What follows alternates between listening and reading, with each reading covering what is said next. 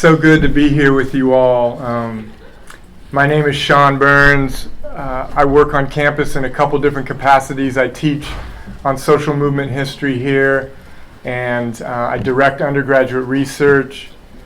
And I'm a former student of our guest.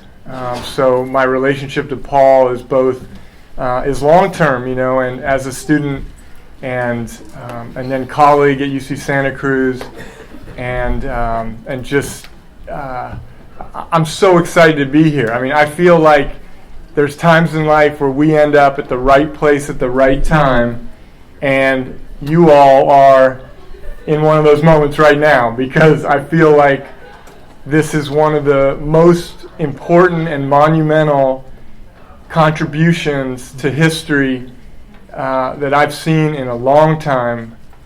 And so Paul appreciates so many people coming out to hear about this work. Let me just, before speaking about the book a little bit, and Paul in a kind of formal way, let me just tell you a little bit about how I think about him as a person. I want to do, a warmer intro. I spent nearly a decade at UC Santa Cruz. Paul was there for a long time as a professor in community studies. And this is the kind of person he is. This is the kind of human being and scholar and activist he is. And I hope you recognize this kind of person, because we need, more of them in these public university spaces.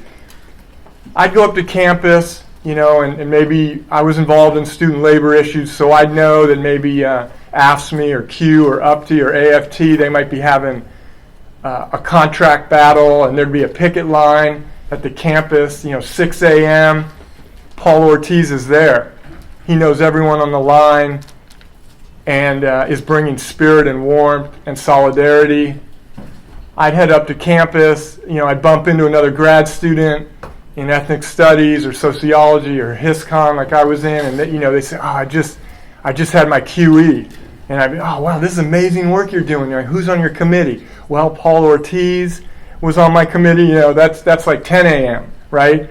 And then I'd go to some meeting at noon. There might be something around like really putting it to the administration around underrepresented students on campus. And sure enough, Paul Ortiz is right there at the table. You see where I'm going with this?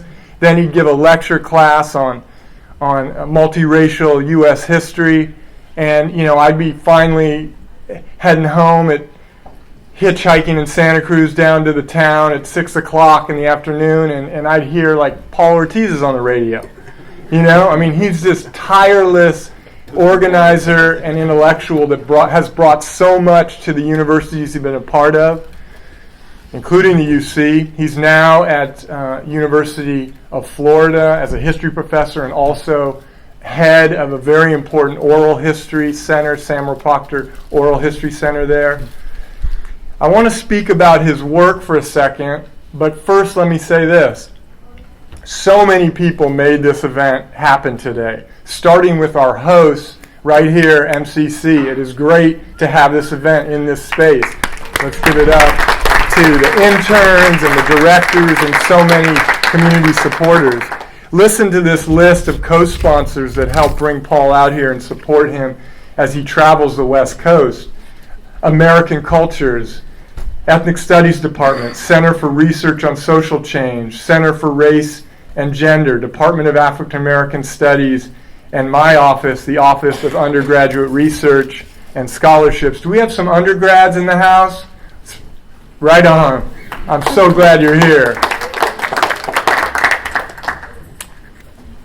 Eastwind Books is in the back. Incredible institution in Berkeley, connected to Berkeley as a university for a long time. You're going to want to get a copy of this book, and if you haven't been to Eastwind, you're going to want to put that on your bucket list and get down to check out that bookstore. So they'll be there. They're there now. I see that stack isn't that big, so go back there anytime, pick up a copy. They'll be there afterward. If you want people to hear Paul this weekend who couldn't be here, tell them about tomorrow night, my favorite bookstore in San Francisco, Green Arcade at Market in Valencia. Great bookstore. Put that on your bucket list. 7:30 Saturday night tomorrow. And turn off the cell phones because we're going to go into some deep dialogue. So please respect that. And then finally, I just want to say this. One of the things, when I get a chance to teach about social movement history, I often turn to this book, Intro, in early parts of the class, this book where Stoughton Lind and Andre Grubasic are in dialogue. It's called Wobblies and Zapatistas. And it's a dialogue between these two historians from below, right? And one of the things they say in the section of that book on guerrilla history, Stoughton Lind, who is a major mentor for Paul and so many as a labor historian and civil rights activist and historian, Stoughton says basically, yeah, what's that? Okay. Can we do the MC? Oh, yeah, sure. Of course. You bet. We'll do the MCC spiel before bringing Paul up here. So Stoughton says to Andre in this section, he says, look, what's vital in guerrilla history or people's history, where's my copy of the book? Here we go. Is that not only do we do the work to reveal and amplify and document subaltern histories and voices, not only do we tell the stories that have not been told, obfuscated, buried, silenced, that's crucial, but we also must, at a level of theoretical implication and ultimate meaning, intervene in the dominant narratives and take on and tackle and refute those narratives while we do that. Okay, so let me give you a few sentences from the middle of this book that I cannot put down. I got a copy in the mail the other day. Let me give you a little sense of how Paul's doing both of those things in a monumental way in this book. Okay, page 116. This is in the chapter Waging War on the Government of American Banks in the Global South. Okay, so he's talking about 1910, 1920, 1930s revolutions throughout Latin and Central America for independence, decolonial struggles. Watch how he links this up with what's going on in the U.S. and makes a claim about its ultimate importance. The refusal of people in Haiti, Nicaragua, Mexico, and other nations to submit quietly to U.S. power inspired African Americans trying to ward off racial capitalism's blows in the United States throughout the 20th century. Veterans of the war on the government of American banks would have taken exception to a later generation of scholars who characterized the United States as either isolationist or democratic. The insurgent citizenry of the Americas, who faced the Colossus of the North, would have scoffed at the idea that the United States was not an empire. The opponents of the U.S. military invasions of the early 20th century demanded that the United States be held accountable for its overseas depredations. Instead, historians shrouded the country's history in a veil of innocence and exceptionalism, which has undermined the nation's ability to reform itself to this day. This, I can't say enough about the importance of this book at this time and how issues that we are grappling with, confused by, troubled by, enraged by, come to new light through this long history. So please welcome me. We got to do MCC's intro too, and then we'll welcome up Paul. Who wants to do that? You want to do that? Come on up.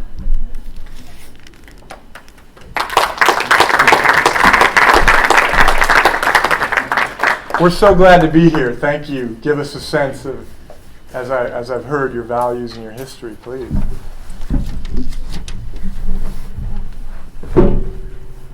Hi, welcome. My name is Marbella. Hello, my name is Kayem. We are interns here at MCC. Yeah. Oh, did you? No, same thing. Okay. We're interns. Yeah, so just giving y'all, thank you for being here. Actually, I'm gonna ask if we can take like a collective breath together, because I know I need a breath. Cool, so let everything out. Okay, inhale. Hold.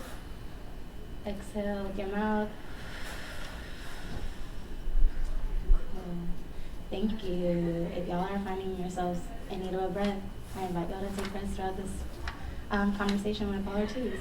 Thank you for being here.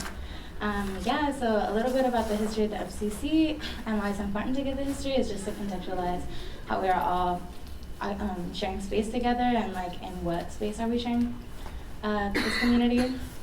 Yeah, we're rooted in the legacy of the Rural Liberation Front in 1969.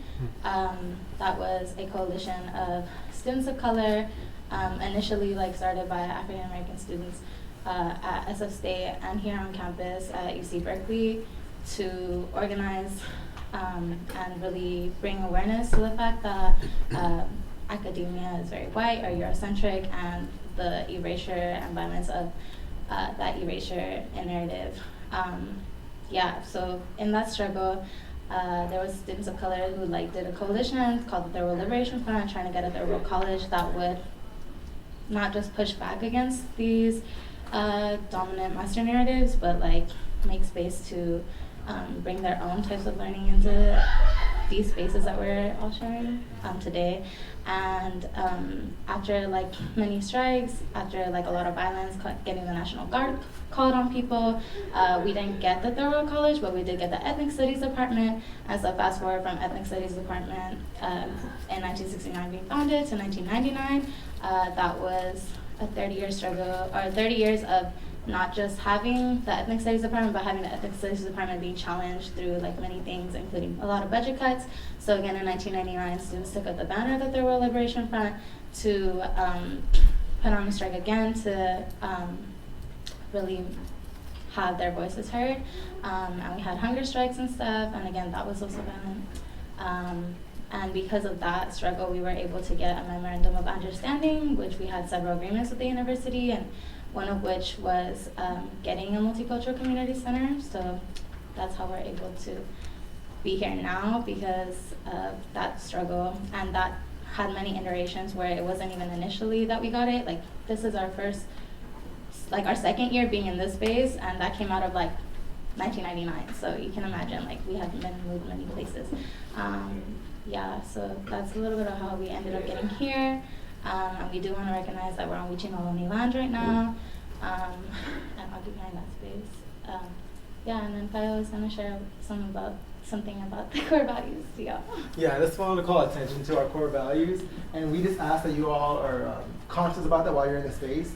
Those core values are student-led, anti-oppression, cross-cultural understanding and solidarity, sustainability and wellness, and popular culture, popular education, and social justice. And secondly, we have 2 trash cans and areas where you can like recycle and compost in both of our exits. Thank you. If y'all have any questions, we'll just Thank you for having us, and let's give a warm welcome to Paul Ortiz.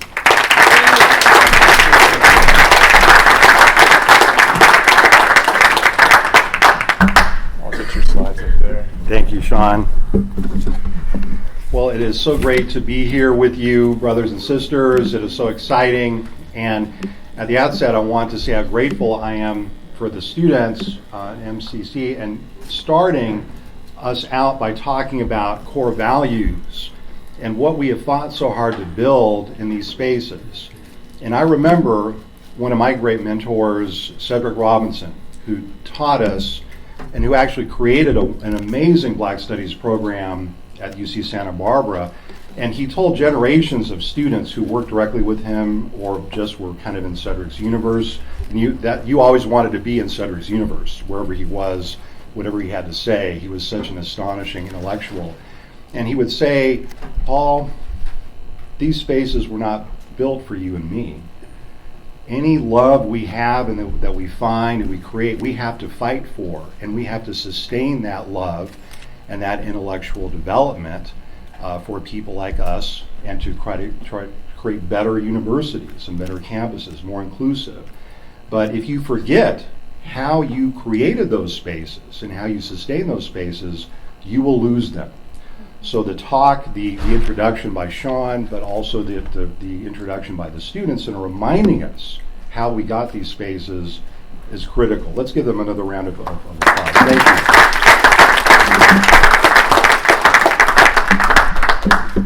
The person who, for me, and it's always risky when you start calling people out in the room, because there's so many friends. I know so many of you. I've been on your dissertation committees, and then you in turn are my teachers. By the way, Sean wrote a book on Archie Green, a legend of labor folklore. And that book is so important in social movement organizing. He gave me some props, but I want to say, read Sean's book on Archie Green. You will learn about the intersections of labor struggle and culture in such a high, refined way. You can put that to work immediately. If you're a community organizer, if you're a campus organizer, the importance of culture. Now, if we were really doing a movement building activity right now, we would begin not by us speaking, we would begin by singing, right? We would sing "We Shall Overcome," whatever freedom songs. But Sean's work reminds us of the importance of music and culture and struggle. I also want to give a big shout out to my mentor, who is in so much of that narrative that we started off with, in terms of the struggle, the determination, the teaching, the mentorship, the hard hours. So my role model, as most of you know, if you're my students, is sitting right here, Carlos Munoz. And he is a mentor whenever you call him, and we call him all the time, believe me, who is always there for us. He wrote a wonderful endorsement of my book, for which I'm eternally grateful. We have been on panels together on issues of Black and Brown solidarity going back many years. And I just want to thank you, Professor Munoz, for your example. And we talked about military, what it was like to be a military veteran. Chicano in combat. I'm a third generation military combat veteran in my family. My grandfather fought in the Mexican Revolution. Most of his siblings, male and female, fought in the Revolution. Most of my great uncles were in World War II. My father's retired military. But I want us to think about how military experience can lead to radicalization in some cases. And Carlos, I was just talking not too long ago with Zaragoza Vargas, who I know you know. And Professor Vargas is a great labor historian. He's written some powerful books on Mexican American and Latino working class struggles. And I interviewed him a few years ago, and I asked him, where did you become a radical? And he says, well, Paul, when I was in combat in Vietnam, in the trenches, who was I reading? I was reading Frantz Fanon, Wretched of the Earth. I was reading C.L.R. James, Black Jacobins. And I was like, wow, you're reading that in the trenches? Man, that's pretty impressive. I wanted to talk about some of the reasons I wrote this book, how the book reads, and read two or three passages from the book to tell you where I'm coming from and what I'm trying to accomplish, and then leave time for Q&A. And I think there's some books back there if you're interested in purchasing the book. This is my first trip to California. The book has just been out since the new year. To give you an idea, I've already spoken here on this short trip to two different high school groups. Yesterday I was with the Watsonville High School students who were talking to me about the solidarity actions that they're organizing in support of the students at Stoneman Douglas High School in Florida. Thank you. It is so inspiring to listen to students who know the meaning. These are high school students. And I was talking with Professor Munoz, who's going to be speaking soon about the 50th anniversary of the walkouts, right, or the blowouts. We call it the Chicano blowouts. And again, it's important to remember that oftentimes it's high school students or even middle school students who are the catalysts of social justice organizing. Because when I was grounding with these high school students, I mean, they were teaching me. They had read a couple chapters of the book, but they were talking about how their idea of education, they start with social justice as the centerpiece of everything they do. You know, whether it's history or social studies or even math or science, social justice is at the center. And I was just really humbled and astonished, and just so happy to hear these students talk about this, and to tell and to hear them say, to ask me, did you know anyone affected by the Pulse nightclub massacre? Because we want to learn about that too. We want to try to do something to join in support of the grieving people of Florida. And so we talked about the Pulse nightclub massacre. And so, and these are high school students, and it was just really inspiring and incredible to be with them. This morning, I was at San Jose City College, and I have a couple former students there who are carrying out, this is confidential, an ethnic studies revolution, as they call it. And we had about 50 students in the room, and we were talking history. And these are primarily first-generation college students. It reminded me when I was a first-generation college student at Olympic Community College. And I asked them, I said, does the current historical framework that you read, that you learn in U.S. history, work? Does it make sense to you? Does it seem honest? Does it seem objective? And Sean mentioned a term, I think, isolationism. And when I throw out that term in my history classes at the University of Florida, and half of the students are from the Cuban diaspora, and I throw out the term isolationism, you know how they respond? Yeah, exactly. Thank you. They laugh. It's funny to them to read U.S. historians talking about isolationism as being a major theme in U.S. history, because their entire lives, their grandparents' lives, their great-great-great-grandparents' lives were defined by U.S. intervention from the Monroe Doctrine on. Not just 1898, from the very beginning of the 19th century. So the impetus for the book, in part, comes from being a first-generation college student, growing up, working class, and I'm really trying to you'll see as you go through the book, I'm trying to reclaim the concept of what the working class is. It isn't just white people. I'm so appalled when I hear read someone from the New York Times or the Washington Post start talking about working class people as if it's only talking about white individuals. When I use the term working class in the book, what I say is that for all of our history, African American and Latinx peoples have been working class peoples. And we have a certain relationship to capitalism. We have a certain relationship to the ruling class of this country. We had a certain relationship to plantation owners. We had a certain relationship to the owners of factories in the early 20th century. But we're essentially a working class people. And the great ideas that animate the history of social movements in this country come out of the working classes in every single instance that I've been able to discover. Whether you're talking about the Chicano blowouts, the Chicano movement. I mean, I learned this as a younger United Farm Worker organizer. I'm not old enough to have participated in the Great Boycott, but I was active in the Chateau Saint Michel boycott. We learned firsthand what side the police are on. We learned firsthand about democracy really quickly. I remember one of the times I was arrested. In fact, I was arrested with my wife. We weren't married then, but after we were arrested in the jail together, we decided, hey, we can get married. We can do this. But I was only kind of reliving what our peoples have been doing for generations, whether we're black, brown, progressive whites, Asian Americans. I mean, we learned through the struggle. And Carlos Munoz tells us in his work that victory is in the struggle. If there's one takeaway today that I want you to kind of leave with, is this idea of victory is in the struggle.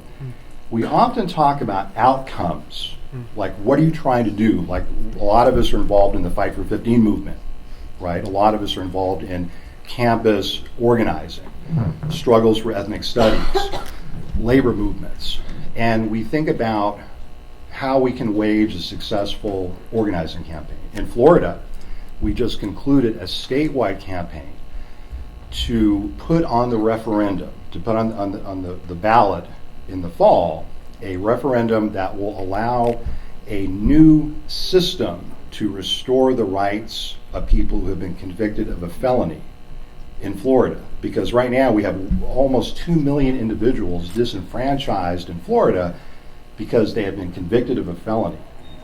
I mean, think about that for a moment. That's why people ask me all the time, whenever I leave Florida, like I was up in D.C. Recently, and everyone was like, why do you live in Florida, Paul? You should move to D.C. Today people are telling me I should move to San Jose, right? Last night it was Santa Cruz. They're like, why do you live in that place? But what makes Florida such a reactionary place and makes it ground zero for Donald Trump, in part, is felony disenfranchisement, is this epic taking of power and democracy away from millions of working class people. And it's compounded by the forced disenfranchisement of 12 million of the hardest workers of this country. It's the continuation of a Jim Crow, One Crow system. For most working class people, disenfranchisement has been an ordinary, normal part of our lives. It's a tragedy. It's a crying shame. When you pick up a history book about U.S. history, it should move you to tears. You should weep. You should cry for joy. You should be happy. You should be astonished, because this country has an astonishing history. But in writing this book, I was guided by so many, elders and mentors who have tried to kind of give us a different way of looking at history. I think when I was in grad school, Peter Wood is an amazing historian of slavery, and he taught us in grad school, don't use the term slave plantations. Let's call them out for what they really were. This is the foremost historian of slavery in the Low Country. He says there's slave labor camps. Let's get it right. Slave labor camps. The term plantation, what does it evoke, right? These are places where people died early. In many of these places, infant mortality was as high as 95%. In rice, in sugar production in southern Louisiana, life expectancies were appallingly low. These are not places that people are just farmers, But Peter said something very interesting to a group of my undergraduates. Now, this was after he retired. So after he retired, he was a little maybe more outspoken in certain things. And I remember he came to speak at my African Diaspora seminar, and he drove down from North Carolina, and we just had this great seminar. And I was just kind of watching now. I wasn't really participating. I was watching my students interact with one of my former professors, and they were laughing. They were crying. This was about slavery. You should be crying. You should be, astonished. And at a certain point, one of my students kind of stopped the discussion, and she said, Professor Wood, we've been having this really, engaged discussion with you about history. It's been really inspiring. It's been aggravating. It's moved some people to anger. It's caused people to question the fundamental premises of this country.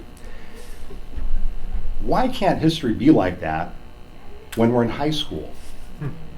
Why can't it be thrilling? Why can't it speak to the problems of today? Why can't U.S. history explain to us why we elected Donald Trump to the White House? They didn't say that part because he hadn't been elected yet. I was just seeing if you were paying attention. Okay. But no, everything but that last part. But essentially they were asking him, they said, Peter, why, history should be exciting. Why do you make it so boring in high school? And even in college sometimes. He thought about it for a moment. He said, well, that's a really good question. And I'm going to give you the answer as far as I know. He said, if we taught you U.S. history as it really was, if we went there, and you really knew you might ask us questions we couldn't answer as adults. And that would cause us a lot of discomfort because we want to have the answers. And we don't want you questioning the fundamental premises of the society. The flip side of that is oftentimes, and I know Sean and Armin and Carlos have had this, and Moises have had this experience as college instructors. Our students come to us, their sophomore, junior, senior years, and they'll say, why didn't we learn about the rise of the farm worker movement in the 60s in high school? Or why didn't we learn about the student strikes at San Francisco State? Or why didn't we learn about the labor movement of the 1930s? And my response is often, well, if you went to public school and your public school is teaching you how to create a revolution, I would be really surprised. That would be great. But I'd say, the state should know better than that to allow that to happen.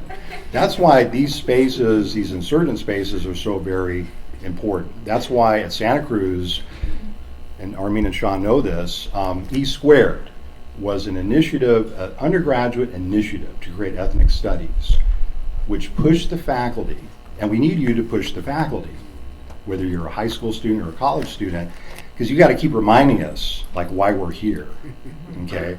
And so the E Squared students at Santa Cruz reminded us we need to have a curriculum where we can learn about our ancestors. We need to have a curriculum that shows us how we, people like us, without any power whatsoever, change this country, or tried to change it, and what the unresolved problems are of the society. And again, we're not getting it in the mainstream curriculum. So I just wanted to give you a sense of where some of the book really comes, a lot of the book comes out of my experiences as a classroom teacher, a labor organizer, but as someone who grew up in that working class environment where no one told us about college. We didn't have any college outreach back in those days. And so to be with you here today to talk about this is really inspiring to me. Now I want to take you through a few of the chapters of the book and open it up for Q&A and read a couple of passages. Need more water? Fine, though. Thank you. You got some. So chapter 1 is designed to get us to thinking about the beginning of this country's official history. The idea was this is a book from the American Revolution to the present. It's designed to where you can take out chapters like a lot of high school teachers have been doing now and teaching discrete moments of U.S. history that are quite important, like Reconstruction, the Civil War. Sean mentioned the struggle, waging the struggle against the government of American banks, this incredible anti-imperial struggle in the early 20th century. But it's designed to give us a much more inclusive understanding of U.S. history, and more than inclusivity, it's designed to tell us why our country continues to have these misfires.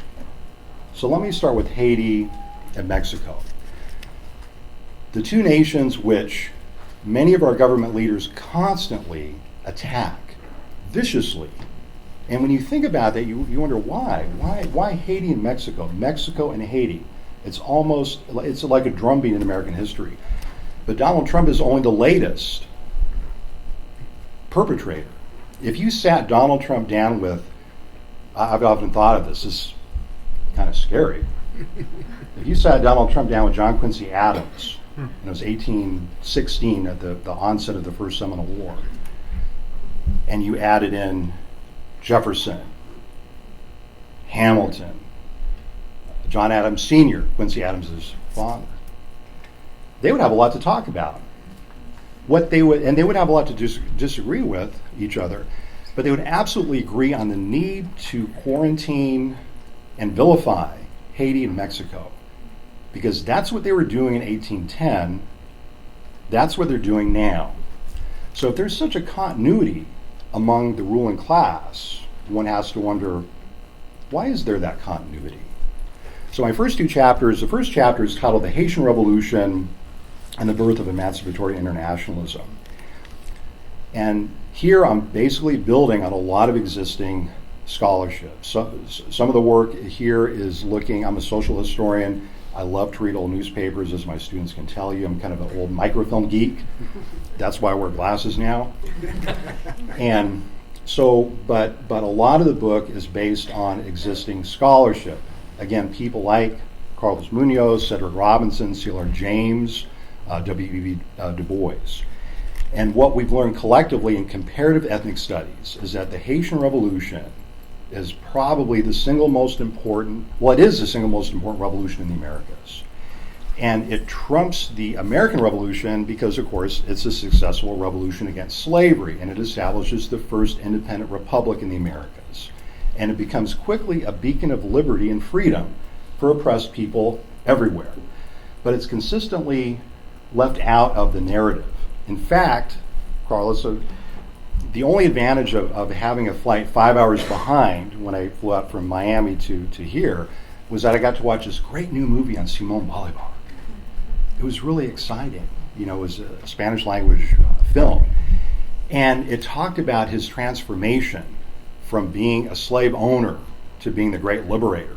I mean, I remember when I was in Central America in Special Forces seeing, you know, statues of him everywhere.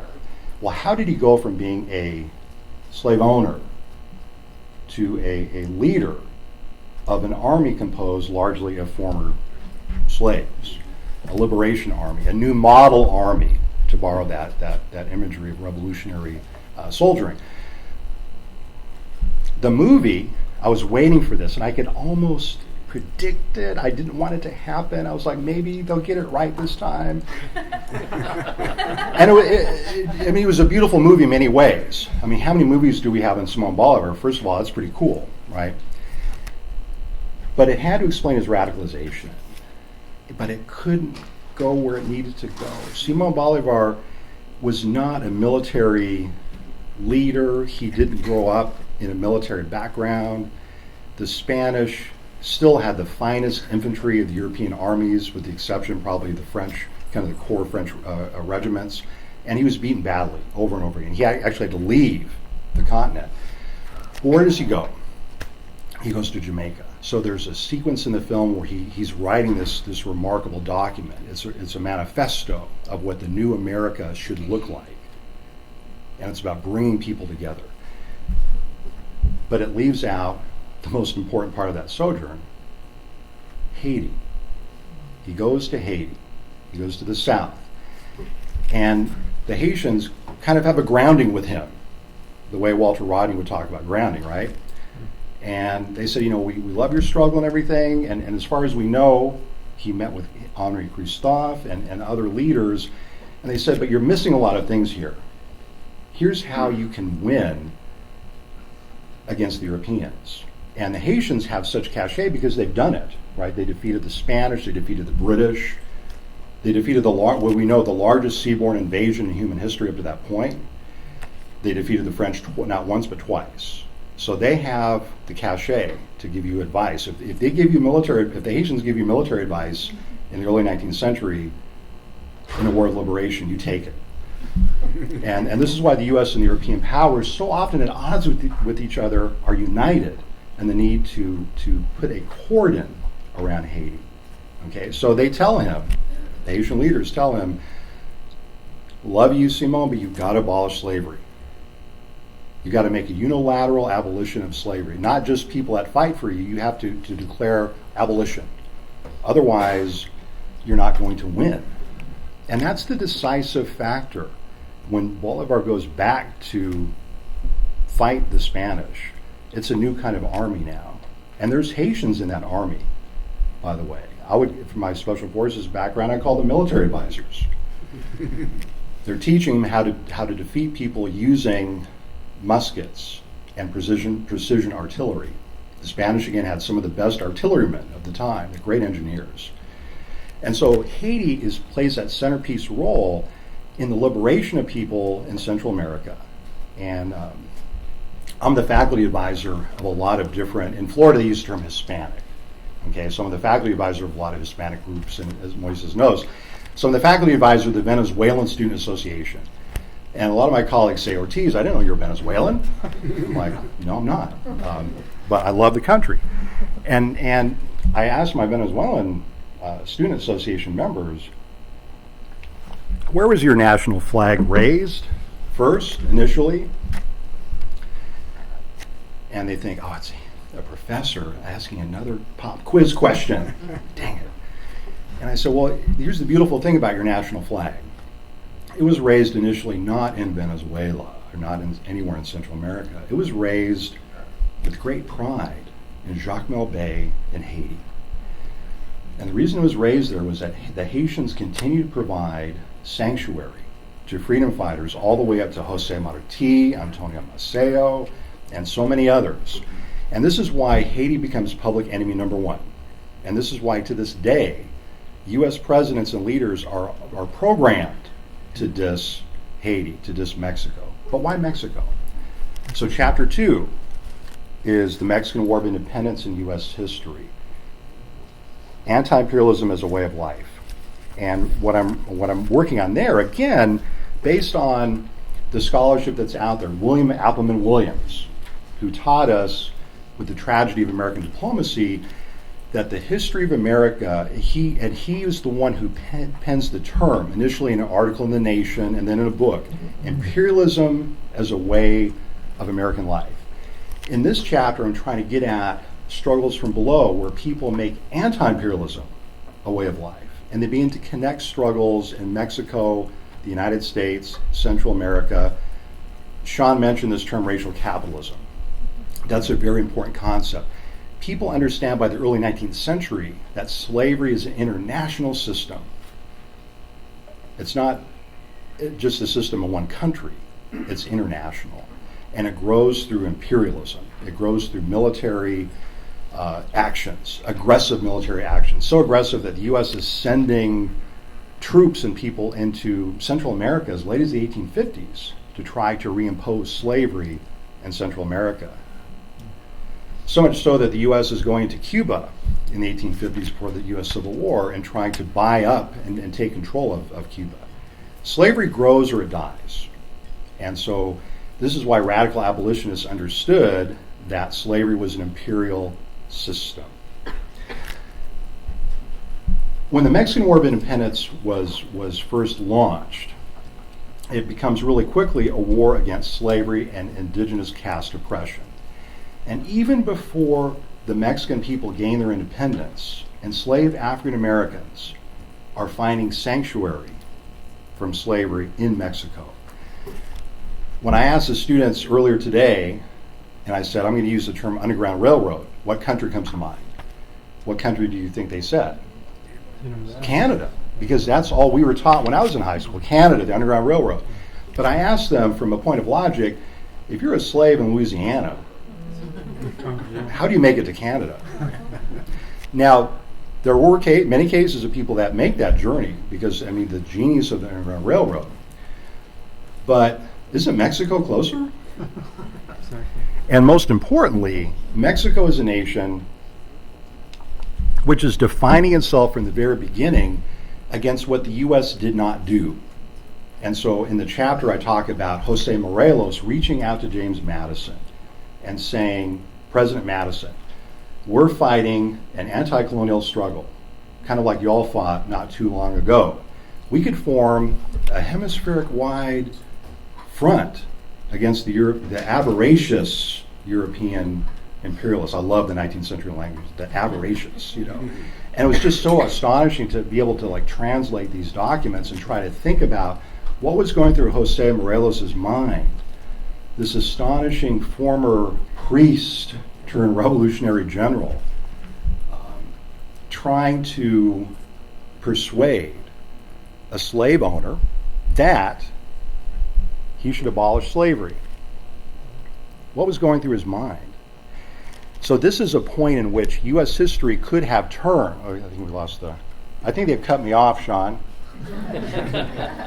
I need to get on stage. I need to talk. Switch the batteries, you think? I'm asking them over there. Just holler for Okay, now. so yeah, I'll holler. So when Mexico abolishes slavery, very soon after that, the U.S. began suing trying to sue Mexico. What are they suing Mexico for? They're suing Mexico for the loss of slave property. And they're constantly complaining. This is where the border begins to get militarized initially. It's because, so is my bad? We're recording you. Okay. That's not going to amplify. Oh, it's not going to amplify, so just talk. I can't do more than two things at one time. But so the Mexican War of Independence, but again, this is where the U.S. militarizes, mobilizes against Mexico, is mobilized against Haiti, is constantly interfering, and interfering is a euphemism, y'all, you know that, with affairs in Mexico and in Haiti. And in my own family's history, my family left I found this out not too long ago. I mentioned my family's involvement in the Mexican Revolution, but they also left the same week that the U.S. Marines occupied Tampico. So I find that to be very interesting, because again, it's about occupation, invasion. Haiti continues to be the key of liberty, and I'll kind of jump forward and then read a couple passages and then we'll move to Q&A. But in 1938, and this will set up the first passage, there's an international conference on the fate of Jewish refugees from Nazi Germany. And the major powers hold this conference in Lake Geneva on the French side. And the U.S. and France and Great Britain are at the forefront, and they're talking about, well, what are we going to do to help the poor Jewish refugees? Well, the world is asking the richest nations, what are you all going to do to help these Jewish refugees from Nazism? And the U.S. and the other major powers are like, well, we would like to help them, but we have quotas. We can only accept so many. Our economies are under stress, and we can't really take many more people. We can take a very small number. Guess which two nations go to the forefront and say, we will take as many Jewish refugees from Nazism as you can help transport to our nations? Guess which two nations do that? Haiti and the Dominican Republic. And immediately, the U.S. sees this as a terrible threat. The U.S. does not want to be shown up right. Thank you. And the passage I'm going to read for you is kind of the aftermath of that sequence of events. And how I found this out was reading Jewish newspapers in the 1950s. And I don't even remember why I was reading Jewish newspapers from the 1950s. I wasn't in the 1950s. I was born in 1964. But what I found initially was a lot of, especially in Canada, there was a Jewish newspaper which every year would do an homage to the government of Haiti. And they would thank Haiti for what it had done in 1938, and that even against U.S. opposition, Haiti secretly took in many Jewish refugees from Nazism. The individual they blamed for blocking that was none other than Sumner Wells. If you're a Latin Americanist, you know very well who Sumner Wells was. But let me start with the closing days of World War II and the importance of Haiti and Mexico to freedom and liberty in the Americas. And the overarching idea here is that if you want to understand where ideas of liberty and equality and justice are really flowing from, look to Latin America, look to the Caribbean, look to Africa, look to Mexico. Just like the Underground Railroad, we've been taught or mistaught about the role of Mexico and the Global South. We've been mistaught about even where we get these wonderful ideas from. How could Europe have generated these ideas during centuries of apartheid, imperialism, eugenics, world wars?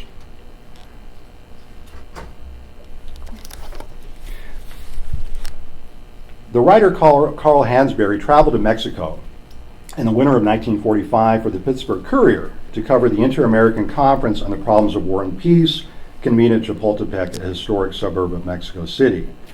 Delegates from 20 independent nations of North America, Latin America, and the Caribbean met to forge, quote, further cooperative measures for the prosecution of the war to complete victory. The Chapultepec Conference, as it would come to be known, was tasked with creating a plan furthering the maintenance of peace and collective security in the hemisphere after the end of World War II. Participants were also charged with discussing the consideration of methods to develop such cooperation for the improvement of economic and social conditions of the peoples of the Americas with a view to raising their standard of living. The Mexican muralist, Diego Rivera, sketched scenes from the conference's daily proceedings with a plan to create a series of murals on the subject of fostering hemispheric unity. The United States delegation steered the assembly to focus on security and trade matters. However, nations such as Nicaragua, Mexico, and the Dominican Republic understood from decades of hard experience what the U.S. meant by security. As if to confirm their suspicions, Senator Tom Connally of Texas, chair of the Senate Foreign Relations Committee, claimed that the Assembly was creating a new Monroe Doctrine, backed by all the Americas instead of just the United States. Connally asserted that this new Monroe Doctrine would be, quote, based on the U.S. President's war powers to order U.S. armed forces anywhere they may be needed. Haiti dropped a bombshell on U.S. plans to dominate the conference. The Haitian delegates submitted a resolution that said the security of the hemisphere hinged on the equality of nations as well as the equality of people in those nations. This resolution stunned the delegates and was not covered in any mainstream media outlet in the United States. Carl Hansberry excitedly shared the exact language of the Haitian resolution in full with his Pittsburgh Courier readers. And by this point in the book, you realize the Pittsburgh Courier is an African American newspaper. The black media is the only media that covered this astonishing sequence. So the Haitian resolution in 1945 reads, in part, whereas the practice of racial discrimination is not only contrary to the positive reports and conclusions of scientists, but it is also in formal contradiction of the Christian doctrine on which our civilization is based. Whereas the Nazi doctrines that submerged humanity into the most terrible catastrophe of all time came for the most part from the Nazis' pernicious and pretended notion of the inequality of races. Whereas world peace cannot be established except on the valid idea that all men, regardless of their race, nationality, or religion, be accepted with full equality.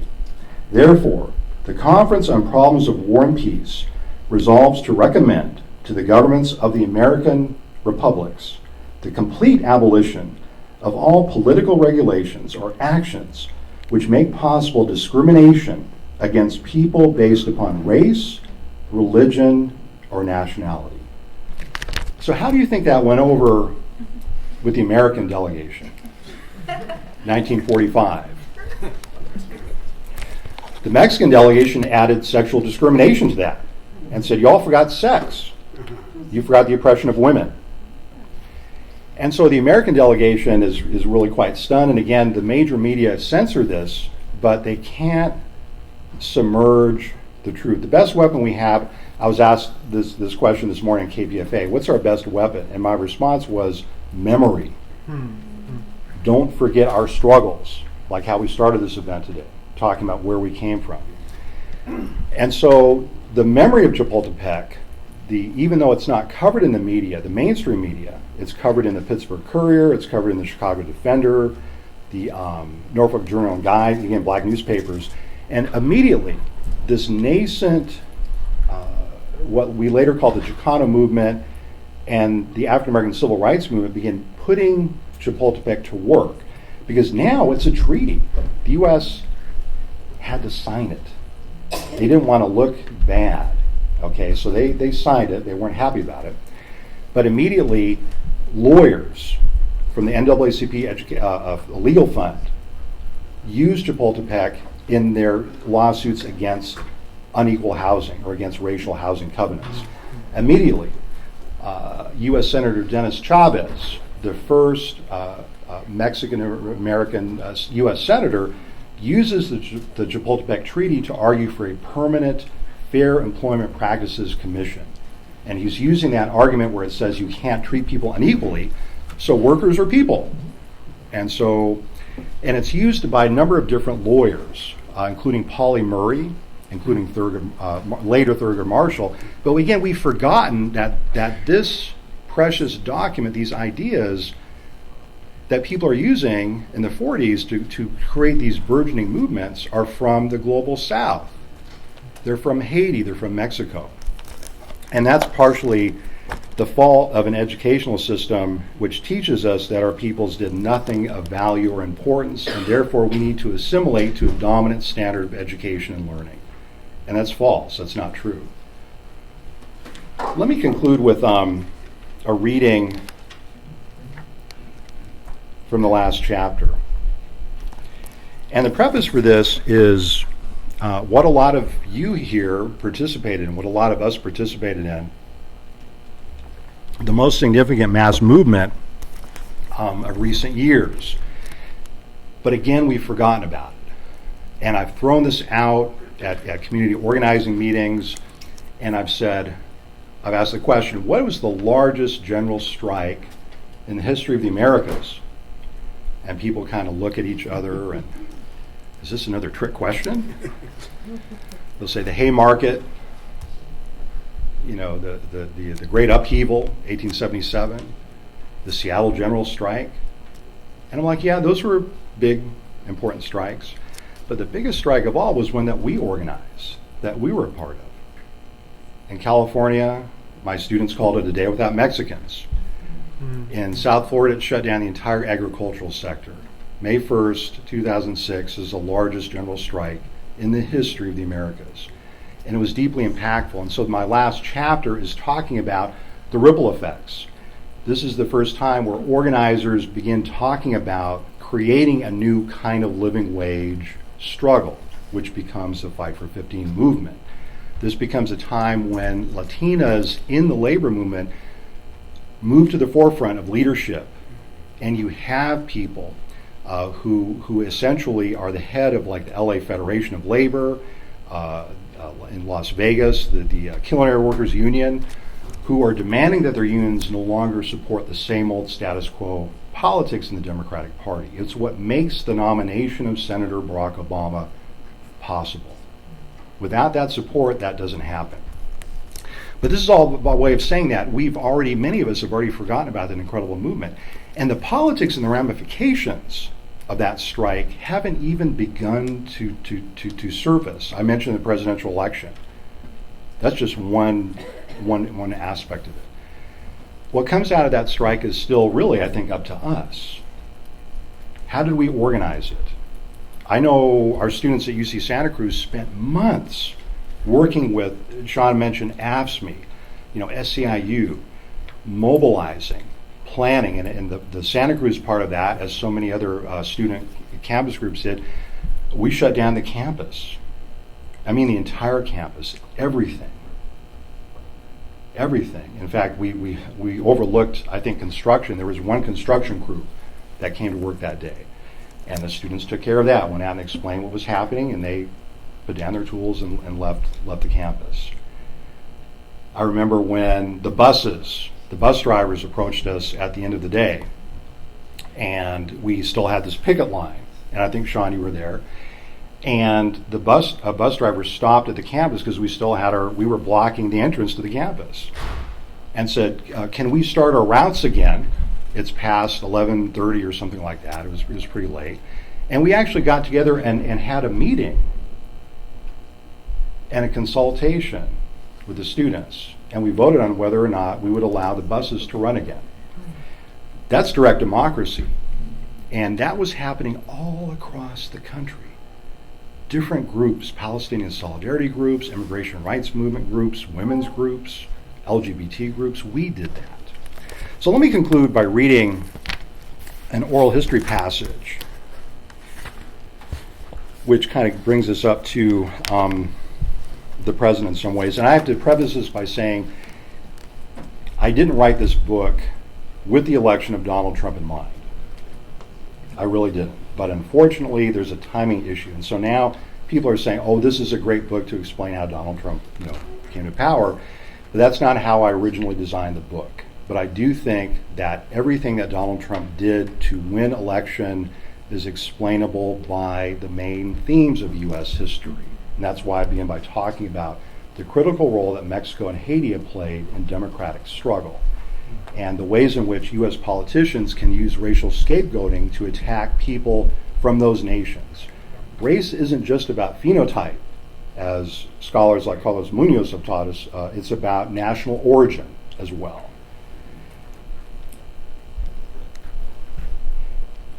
The Black Lives Matter movement, composed of scores of local and national organizations, such as the Dream Defenders in Florida, emerged as a leading national force against inequality. Initially focused on police homicides of African Americans, Black Lives Matter quickly connected anti-Black violence to other forms of oppression. In 2013, the Florida Dream Defenders described the destructive power of the system they were battling.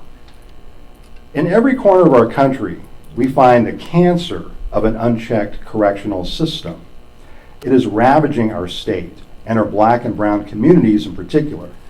We are black, brown, poor, and minority. A system that seeks to incarcerate us now invigorates our fight for freedom. We have dedicated our lives to battling the criminalization of our generation. A system that once divided us now unifies us. The Dream Defenders are that opposition.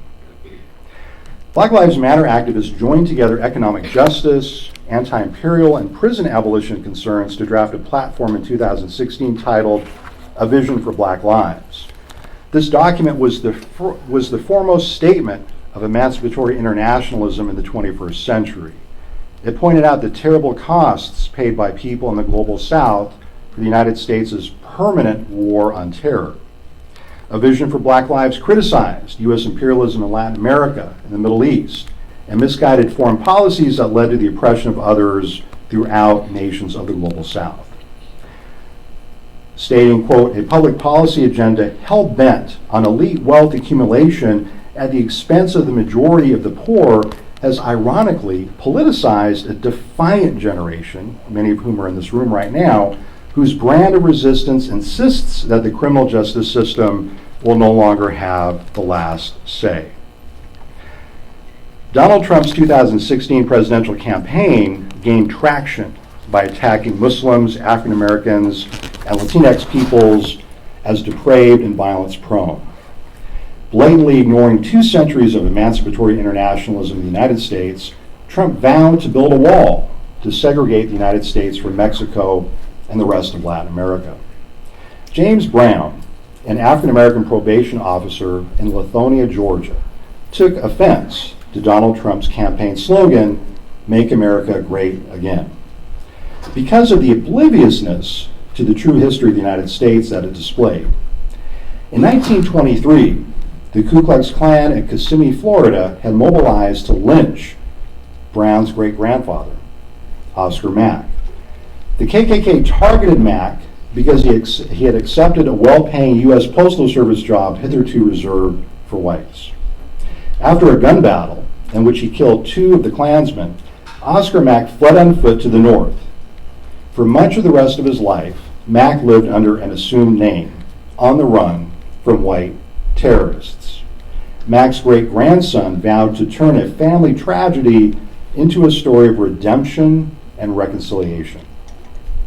This means a lot to me, he said, not only for him, but for all the other people who are lying in their graves, who were never heard, who were treated not even as second-class citizens in this country.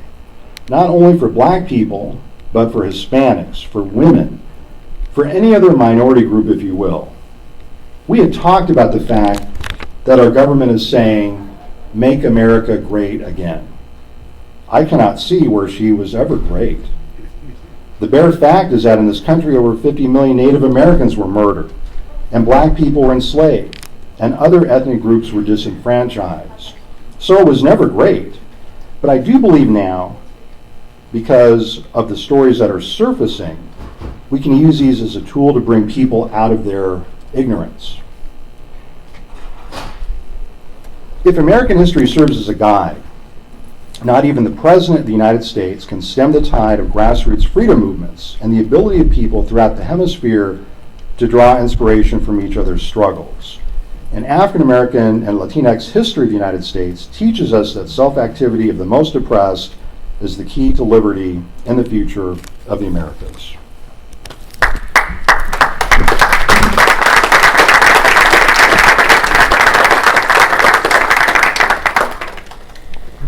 Thank you for your patience. I'll be happy to take questions. I forgot to show any of the slides. I can show some slides if you like. I mean, historians love to show slides. While you're thinking of a question, though, let me explain this slide. This is the introduction to the book. It's titled, again, Killed Helping Workers to Organize.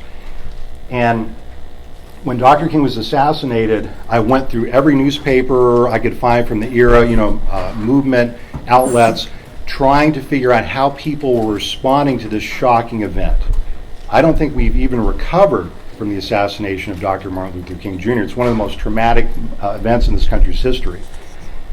But the United Farm Worker Organizing Committee was one of the first groups, a union of oppressed workers, was one of the first groups to make sense of Dr. King's life and his death and his meaning, the meaning of his life and death.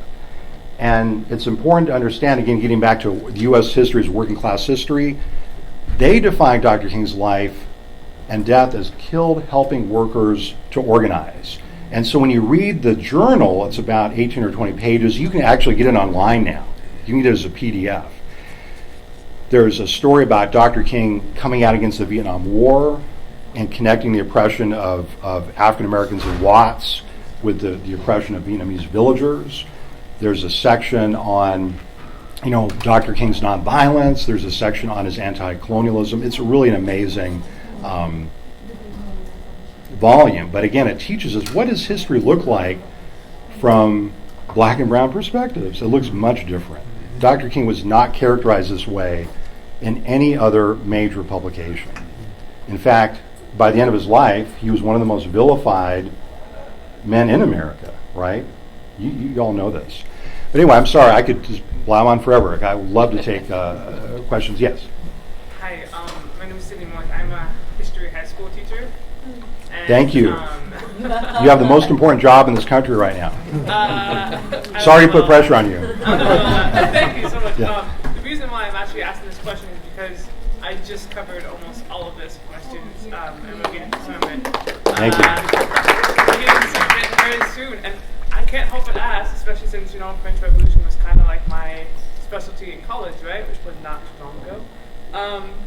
Is you say that Haiti is kind of like the place of liberty, totally not taking that away, like all about Haiti, but can we not ignore the fact that the French Revolution hadn't happened and those ideas didn't emerge from that Haiti's revolution wouldn't have happened? Because I feel like the Haitians saw what the French did, saw their mistakes, and were able to basically propel that into their revolution and make it into a better thing. Because just like the French, they had their own villains in their revolution. They had to get rid of them, as my students call them, croissant, right? But puissants, right?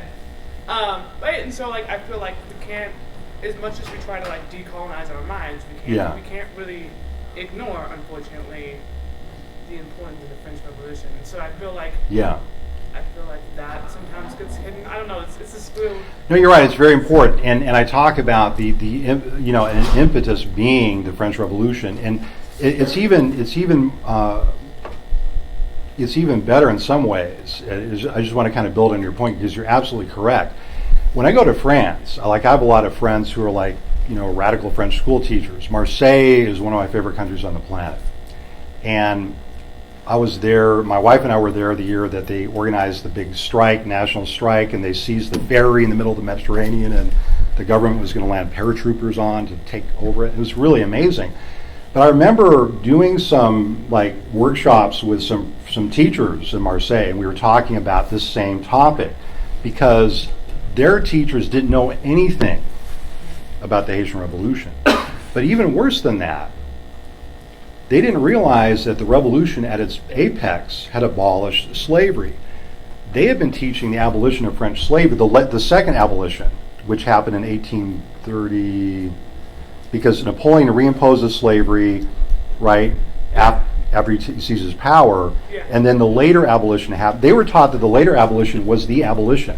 And when I told them that the first abolition happens in the middle of the French Revolution, they were astonished.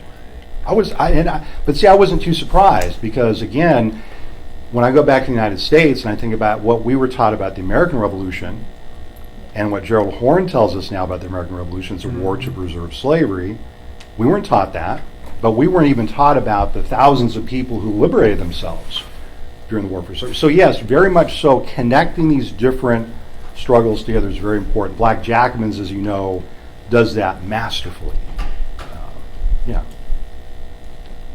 Yes. On the issue of multiracial organizing in the Southwest, have you researched the history of the Alianza in northern New Mexico? Because they tried to establish alliance with Black nationalists and Native Americans and actively participate in the Poor People's March in Washington, D.C. It's an incredibly important moment. Now, I talk a little bit about that, not this specific moment, but my colleague Gordon Matler and many others have written about that more. What is Gordon's book? It's but he's talking about this multiracial coalition. He talks about the Alianza quite a bit.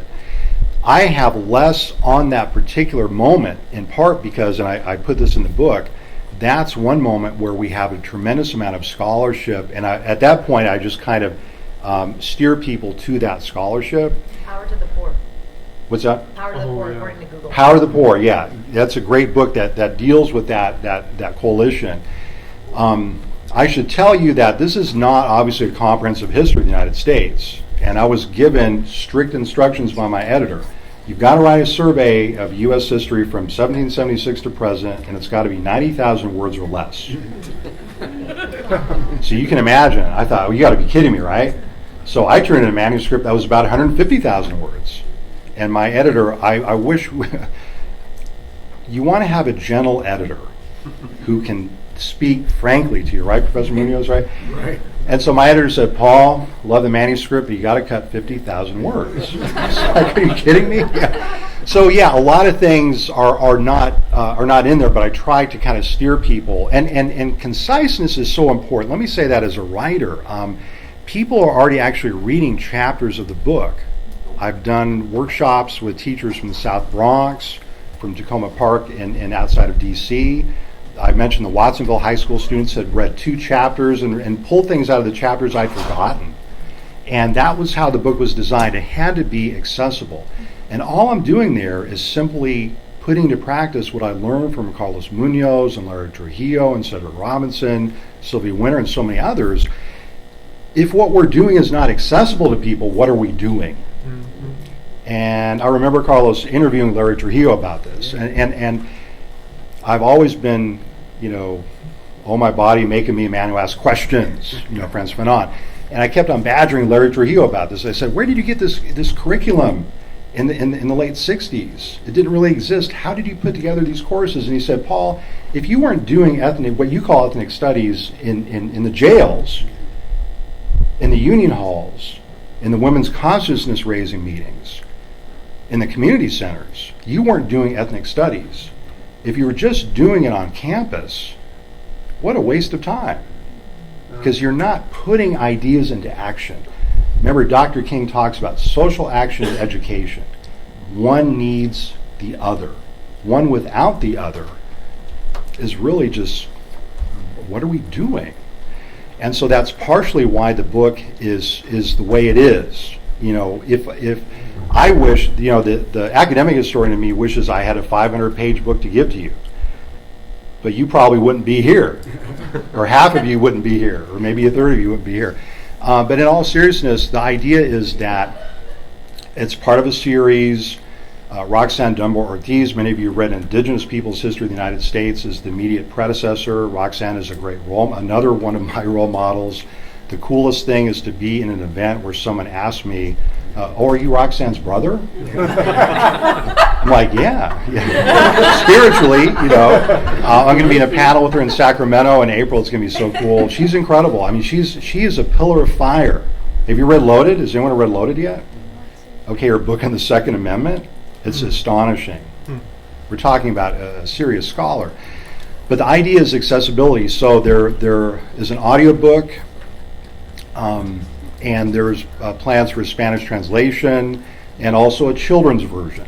This is what the teachers are pressing me on. They're like, we've got to make it even more accessible. We've got to have a children's version. We've got to have a Spanish translation. There's got to be an audiobook, because a lot of people can't read for different reasons. So how do you make it more accessible? Yes, sir. I'm completely ignorant of American history. After what you call the second abolition, the British instituted what they call the indentured labor system.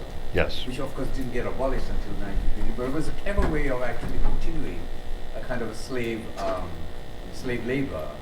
Did anything like that come across in the Americas? It of course was kept alive in Trinidad, Tobago, and I think the West Indies, wherever the British were. Yes. Natal, Fiji, and Gandhi, of course, struggled against it. He was one of the people who helped with C.F. Andrews to abolish. And I know C.F. Andrews came around to the U.S. looking at this situation as well in 1920s. But why did U.S. not, or the Americans not adopt indenture system? Was it out of some humanitarian response, or was just cumbersome? Well, it's a great question. I mean, I think the U.S., capitalists in the U.S. learned from that British experience. They learned from the uprisings in the empire against indenture, the system, right? And in the U.S., after the end of slavery, there's a number of different forced labor systems. So debt peonage being one, the convict lease being another. And these are systems of forced labor, which again, traditionally were not in most U.S. history textbooks, because the myth is that slavery ended in 1865. And so when I teach my course on slavery, I begin with this question: when did slavery end? What year did it end? And all my students look at me like, another trick question.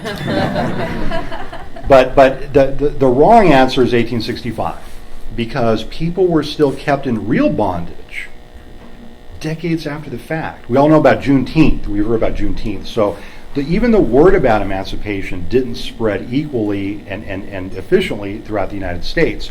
But these systems of debt peonage, or what historians used to call quasi-free labor, thrived not only in the American Southeast, but also in the Southwest. So debt peonage was a system you will also find in different Latin American countries. And some of our outstanding, a great place to read about this, by the way, August Wilson, Joe Turner's Come and Gone is one of the magnificent plays in the history of American plays.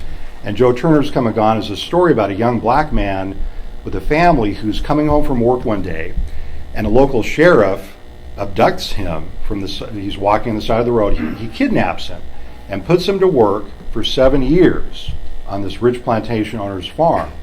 And at the end of that 7 years, he gets out of, and this happens around 1900 or 1910, I think it's that part of the cycle. And the rest of the story is this odyssey of this young man trying to reconnect with his family.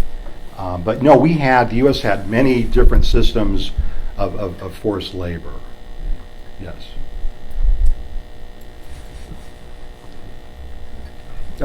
Yes. You just referred to the American Revolution as a war to preserve slavery. Do you elaborate on this in your book? Yes, I do. And I begin with the Somerset decision. And here I'm using existing legal scholarship. And I've learned a lot from legal scholars about this. So if you don't know what the Somerset decision is, in 1773, in England proper, there was a number of abolitionists who were trying to wage a frontal legal assault against slavery within the empire. So Somerset, in brief, was a decision which essentially says that nowhere in the common law can you find a positive support for chattel slavery. Therefore, if you want to create, or if you want to have slavery exist within England proper, you have to create a new law which says that mandates slavery.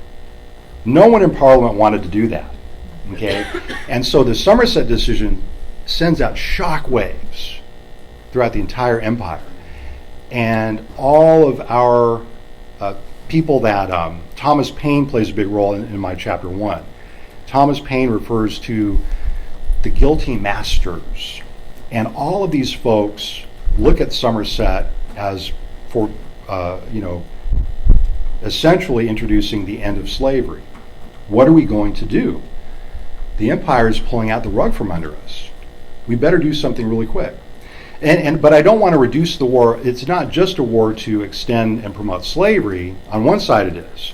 But again, that forgotten side is a war, in fact, of liberation to the very end. Imagine, if you will, the scene in Charleston, the port of New York, the port of Savannah. Thousands of former enslaved Africans are joining the British as they evacuate these ports. They're trying to get to freedom. It's one of those incredibly poignant moments in American history. Again, I was never taught this in high school, what this it would have been like to be there. It's Alexander Hamilton who demands that the First Continental Congress of the First Continental Congress held after the end of the war, after the Treaty of Paris is signed, demands our property back. He goes to the Congress and he says, how can you let the British get away with this thievery? They've stole our property. You got to go back to them, you with this powerful navy, and demand they give your property back, our property back, right? I found this again looking through the documents. They just did a play about Alexander Hamilton. All per people of color cast, right? Why couldn't they do a play about Toussaint Louverture? Why couldn't they do a play about Gabriel Prosser? Why couldn't they do a play about Harriet Tubman? Why could, the list goes on and on. As long as we continue to go back to the well of the same individuals, we replicate the same problems. I didn't mean to get on the Broadway thing. Sorry about that.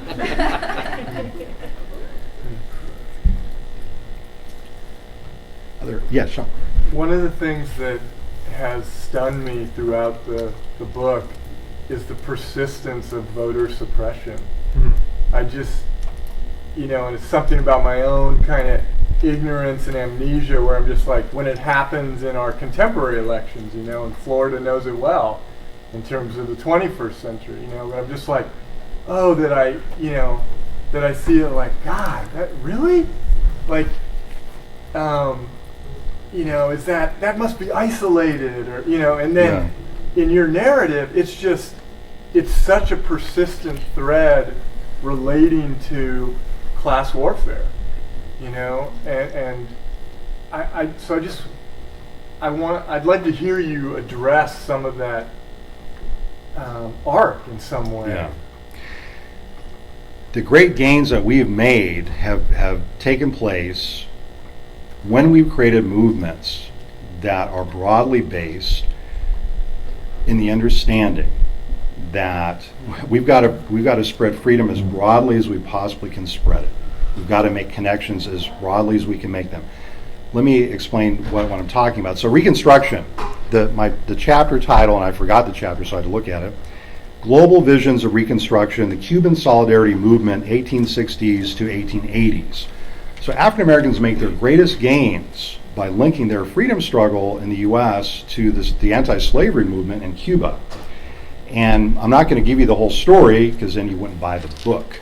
But I'm just going to tell you that there's something having to do with voter suppression is a constant theme in labor and working class history. We talk about this a lot in my labor history classes, but I'll just give you one anecdote about this. So during Reconstruction, a lot of people know that African American men gained the right to vote. They gained the franchise. It's a tremendous breakthrough in human history. And by the way, W.E.B. Du Bois called Reconstruction the greatest drama in modern history.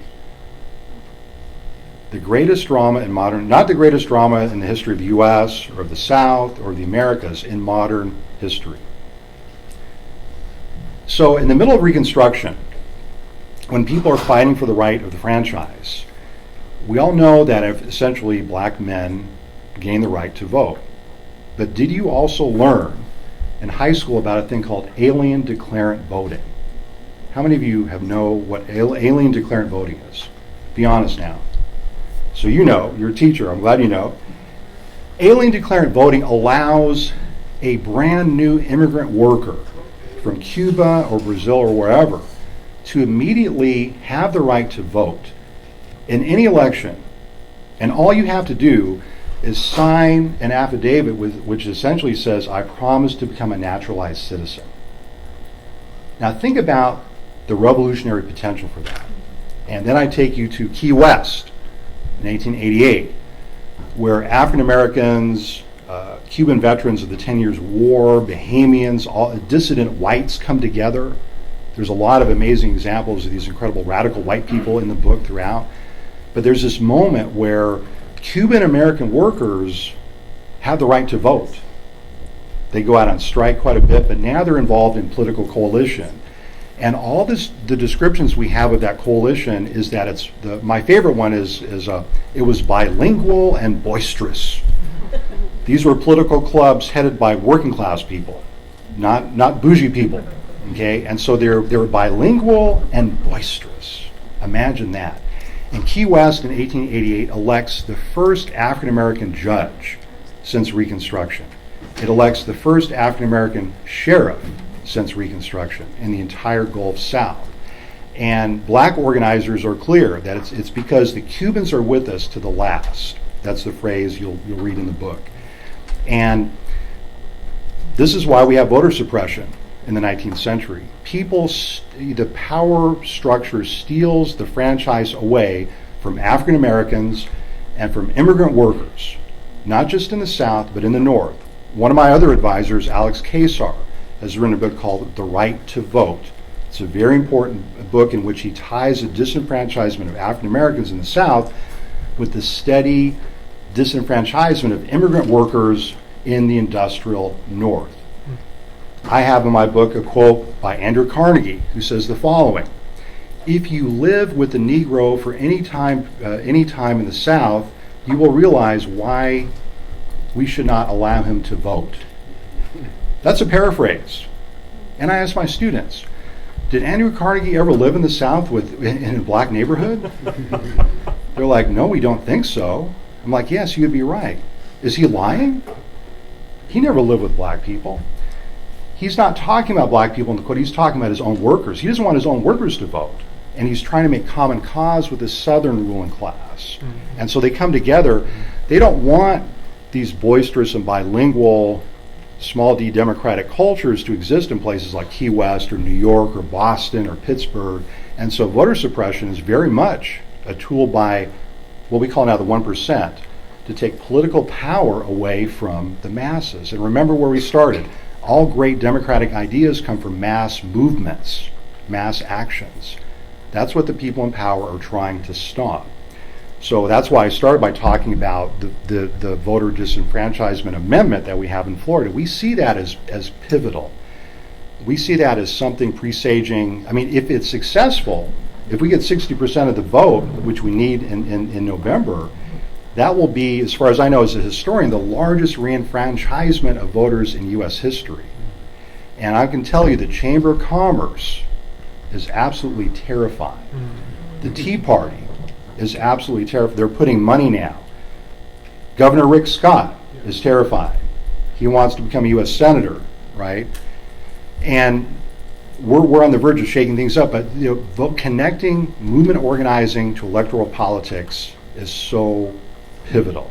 If you're not making those connections, again, I'm not sure what you're doing. I'm sorry that I started rambling. Yes. I don't know if I have a precise question because I have like 10. I guess I just wanted to say that I've taught in 3 public high schools in East Oakland, and for my African American students, stories of black internationalism, of which you've given a number of examples, have been some of the most inspiring stories for them. And so, and for all of my students, stories of the intersection of black and brown history, and especially stories of black and brown solidarity, have been like the most exciting stories for them. Like the stories that make them want to learn the most about history tend to be those stories. So I just want to really thank you for the work that you're doing. I think these stories are are stories that are going to inspire a lot of people, and I can't wait to read your book. When I look at the image on the screen, I think of, in Gordon Mantler's great book, which kind of touches on this. Yeah. He describes not only like how black and brown solidarity worked, but also some of the difficulties and tensions within that solidarity. So I guess if I could ask one question, it might be more about like, in situations of solidarity, or multiracial solidarity, what are some of the key difficulties that arise, and how have people successfully navigated them? And I know your book isn't precisely about solidarity, but I don't know if you have something to say about that question. Well, solidarity, though, is really the question of the day. I mean, how do we promote these ideas of, you being there for my struggle, me being there for you? Exactly. Because, again, these are values we learn in social movements, if we're lucky to be part of social movements. I was raised in a culture, though, where we were constantly taught to compete against each other. My father was actually the chair of the Hispanic Equal Employment Opportunity Commission for the Puget Sound Naval Shipyard in the 80s during the Reagan era. And my father's job was to help promote what the government calls Hispanic workers into supervisory positions or foremanships based, if they had the training and the skills, they were supposed to be promoted. And what happened instead was they were training white peers who had less training and less degrees than they had, and so they were left behind in the occupational mobility ladder. I tell you this story because my father had a 7th grade education. Like so many Mexican American men of his generation, he had to leave school to help support his family in Houston, Texas. But all that time, it was a constant struggle for him to just keep the Latino workers together. Puerto Rican, Cuban workers in the DR, Mexican American workers, in part because the white hierarchy in the shipyard fully opposed what he was doing. And they would tell him, and they made it very clear, Ortiz, you're just trying to, one of the phrases was, you're trying to help the Mexicans take over the shipyard. And he would say, well, actually, there's very few Mexican workers here. That's mainly, the people from the Caribbean. But I'm telling you this because we're constantly put in positions of competition. And that's one of the things I think we need to think about as organizers. How do we grapple with a system where our students are raised in a situation where they're constantly encouraged to see themselves as exceptional? And when I talked to the students in Watsonville High School last night, I said, you're going to matriculate to college. You're going to get there. You're going to be successful. But don't do what's happened to so many other students of color. Don't become a gatekeeper. That's what we're tempted to do, and we're rewarded. But that's only creating more competition. One of the ways as an organizer I found, but see, on the flip side, some tension can be very good. Tension can be creative. It can be generative of new ideas. We can't all get along together because we don't come from the same place. So we need to talk about that. But as an organizer, what I learned from my elders in movement building is it's important to keep people moving and active. And what I learned was that if you want to get people to come together, put them to work on a petition campaign, on a picket line. In a situation where they have to be accountable, they have to learn accountability towards each other. Because again, that's not taught in the society. Then after engaging in some kind of action, it could be a classroom activity, it could be out there on the streets, it could be creating a space like this. Then you sit down and talk about, well, who are you?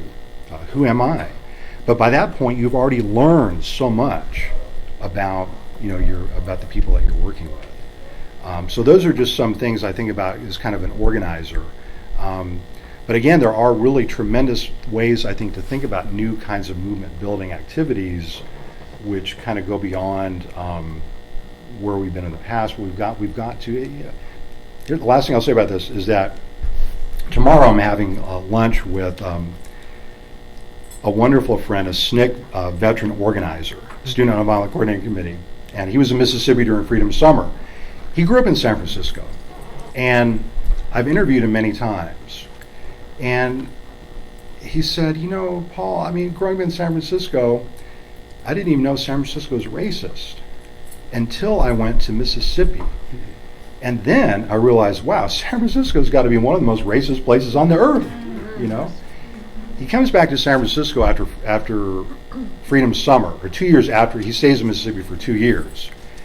And he begins to go to work. He's a contractor. And so he begins to go to work to implement affirmative action in as many of the crafts as he possibly can to get workers of color into the skilled trades, right? And he's there on the picket lines. Talk about the blowouts. He's there in San Francisco State, the demands for ethnic studies. Now, growing up white, he probably never thought of himself as becoming a civil rights activist or even being on a picket line with people of color to demand ethnic studies. But there are so many people that were on that picket line that allowed us to be here today. So, I mean, I get a chance to talk with him. He's so amazing. I mean, one of my grad students, Carlos, who appreciate this, is doing a dissertation on the legacies of SNCC activism in the Bay Area. And we couldn't find a place for her to live, and so I called him, and he's like, Paul, I'll pick her up at the airport, and I will find a place for her, because there's a Bay Area network of SNCC, veterans. But this is what I mean by, like, you mentioned the term solidarity, and that's the reason I'm telling you this story. Solidarity is so critical, but how do we learn it? We learn it in movement building. And our SNCC veterans, the Chicano movement veterans, the blowout veterans, we need to learn from them so much more. We need to learn how to listen, in part. Yes? Hi, thank you so much. We will teach at Laney College in Oakland and the community Excellent. college, so we love accessible books that we can teach, so thank you. Thank you. That we are teaching. I know Marisol teaching. Nice. Wow. So one, thank you for bringing up the initiative in Florida, because right here in California, there's folks collecting signatures as well with the Very cool. Initiate Justice as well, and to try to get a ballot measure in California. That was modeled largely and Wow. inspired by Florida. And then also for me, thinking about like radical women of color feminists, her stories as well. How do we think about sort of this power of memory around black and brown solidarity in terms of resisting like hetero-white patriarchy? Yes. Right? Because I think like right now it's really interesting that I'm thinking about like the Black Power. I'm thinking about Black Lives Matter, the Dreamers, the Time's Up campaign, and how all of these are sort of percolating up at the in this a similar arc. And how do we use that power of memory in the context of resisting white supremacy and patriarchy? Yes. I mean, it's a question of the day. It's the most important question we can grapple with. There's a new biography about Polly Murray, and I don't know if you've seen it. It's so astonishing. Why is that biography so important? So I'm answering your question with a question. Well, I mean, I think she was, you want me to answer it? Like, Yeah. I think she was a powerful, like, racial justice scholar as well as women's rights activist who was a bridge builder prior to even the ways in which we frame feminism in this country, Yeah. right? And that it was built off of the intellectual and physical labor of women of color and Yeah. women. And she defines herself, Also in gender, too. yes, transgender. And she's a person who highlights that first, because I've interviewed many people who work with Polly Murray, and they tell me they were shocked when this biography came. They didn't know she had this identity. But the fact we didn't know that she had this identity tells us a lot about the deficits in her own movements. That's why I think that biography is so important. But yeah, we have to not only center these stories and struggles, we have to point out the fact that I think if you think about someone like, for example, Ida B. Wells Barnett, and I just have a certain amount of time to talk about her in this book. But if you think about a person who was always there in so many different types of campaigns and struggles, Ida B. Wells Barnett is a person. In fact, at one point she says, she's the one that goes south, if you don't know about her career, to actually, for the first time ever, excavate the true history of lynching. It's such an important story, and she's the one who can do it. And her story is so incendiary that when she comes back to Memphis to publish it, the Klan is already there. They're waiting for her. And the stories we have are that there were white men with shotguns stationed at every railroad depot in Memphis to take out Ida B. Wells Barnes. That's how she was the most dangerous woman in America.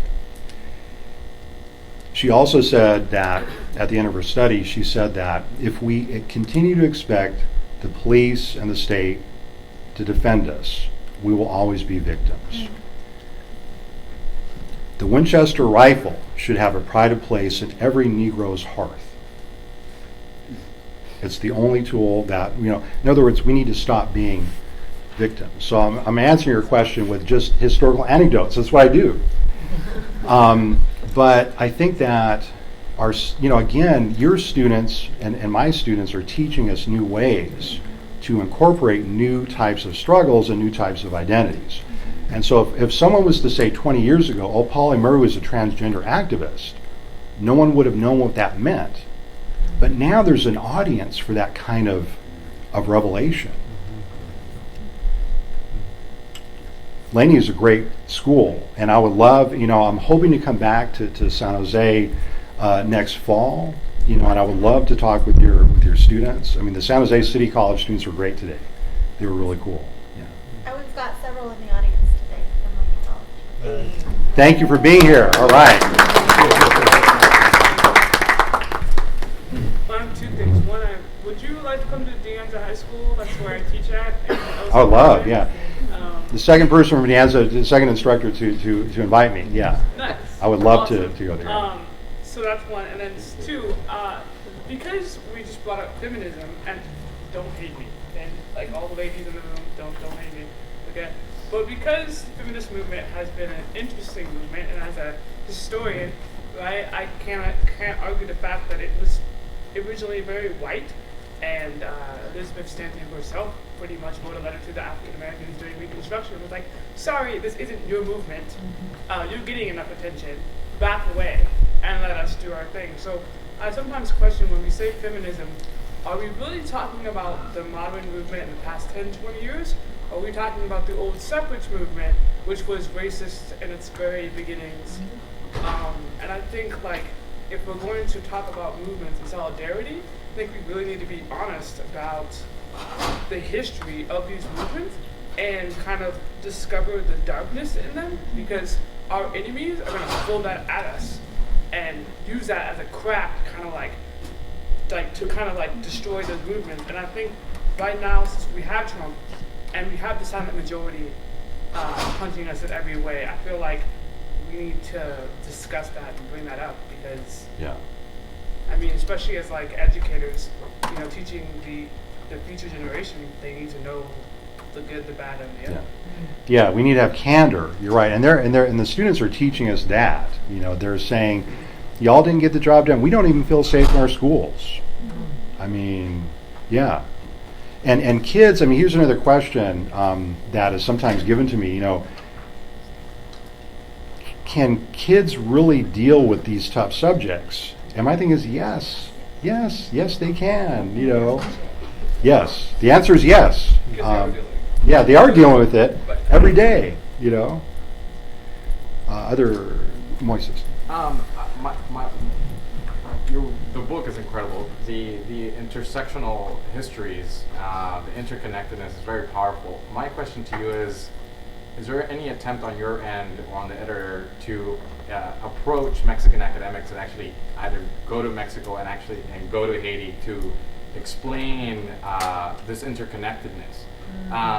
The reality is there's a Mexican academic that wrote 2 years ago, published a book called México Racista, Una Denuncia, right? Denouncing racism in Mexico. And the fact that Black Mexicans were not included in the census till 2015, December 2015. Was the first time where the Mexican government realized that there's over 1 million self-identified Black Mexicans or Afro-Mexicans.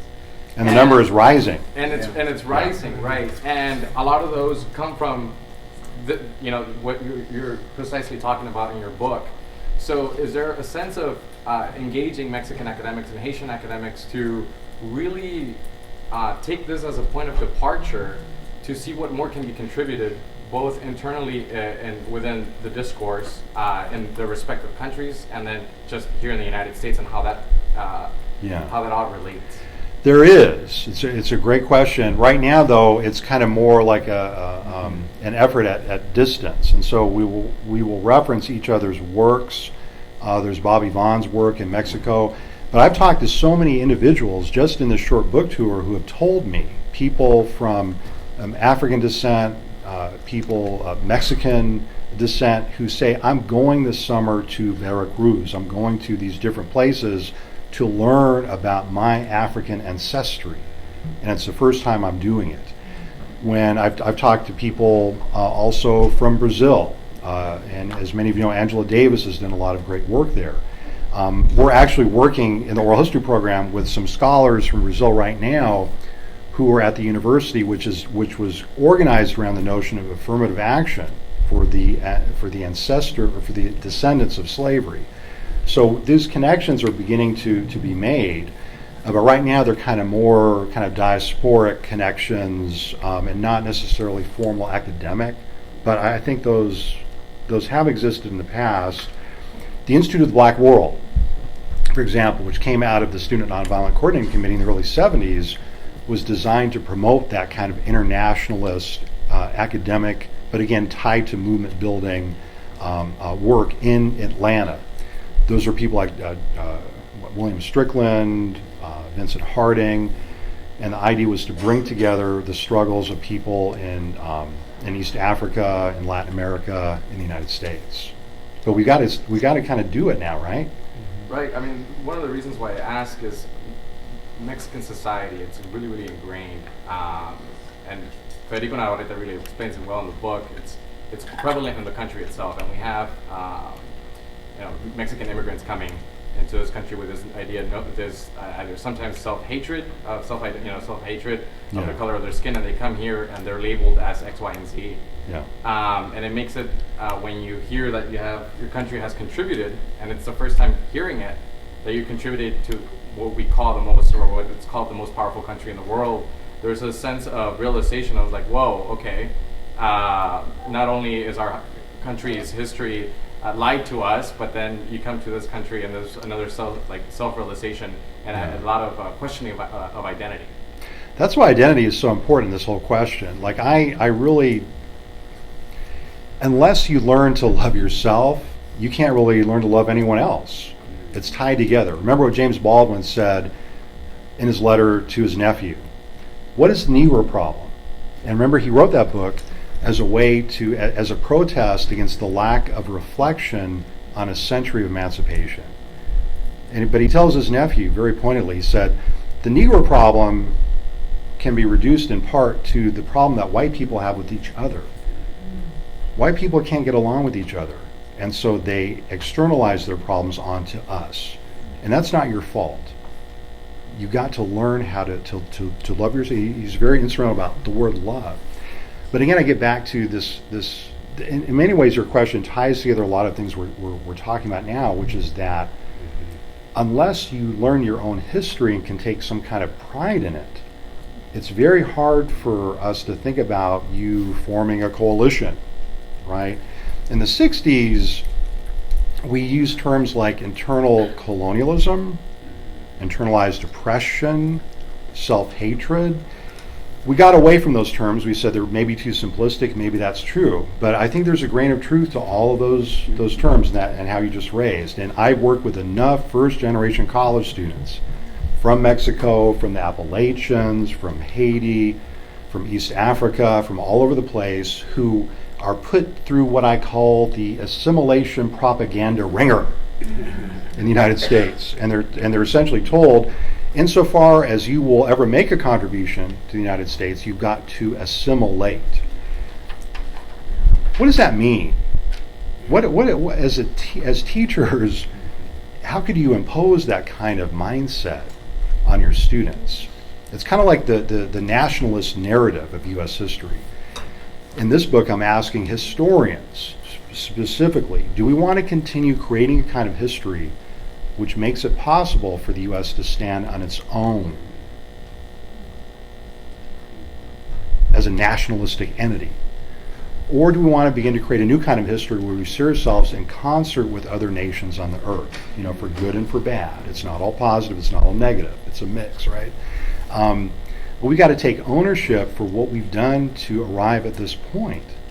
That is, we created these assimilation, almost said fantasies, but it's more like assimilation dystopias that our students can't possibly survive with their psyches intact. You can't survive when you're told that your people didn't really do anything to contribute. Now, some scholars criticize that as contributionist, what do they call it, contributionistic literature. But again, I think there's importance in that as well. Because I've worked with a lot of first-generation students from Mexico who come up to me, and some in tears, and say, we never have read the first draft of our own Constitution. We didn't know that it abolished torture. But we start with that in the first day. What does it mean to have a Constitution which abolishes torture? Especially in 2018, right? And these were our achievements. And the Spanish had a lot of negative things to say about Morelos and the people who fought with him. But there was one phrase I came across in the archives where it said that these armies of Morelos carried their constitution in their hearts. They were ragged and barefoot and all the ways the Europeans could denigrate them, but they carried their constitution in their hearts. And it was such a magnificent kind of elucidation. But those are the things we need to teach our students. This is what we've done. And it's not like we're saying, all white people are bad or, Europeans are bad, because the Europeans are there too. This new movie about Simon Bolivar, one of the great things about it is it reminds us that the Irish people are there with him. They sent a regiment to fight for freedom. The Irish people are there with Mexico in our hour of gravest need when the U.S. invades Mexico. There's a whole brigade of Irish freedom fighters. So it's not like we're saying all white people are bad. They're there all the time. We're there all the time. But I do agree that I've talked to a lot of students who use that term self-hatred. Now, they don't know much about the 60s, so they didn't learn it from there. That means to me that they're learning it from their everyday lives. And how do we as educators help them kind of get out of that? Those students in Watsonville, whatever they're doing and whatever their teachers are doing is working now. Because they don't hate themselves, they don't hate each other, they're working together. So that's something that works there. Before we thank Paul, I just want to say, clearly there's a lot of social justice educators in the room from many different institutions. Let's get our emails down in one space, partly so that, I'll send it out so that people have contact with Paul, we'll do that easily, but also we should be better connected so that the campuses can organize better. So I'm going to put a list up here for anybody, but definitely the educators, please write on that. And there's still some books in the back with East Wind. Paul's at Green Arcade tomorrow at 7:30 in the city. Thank you so much. Let's give him a round. Thank you. Thanks, everyone.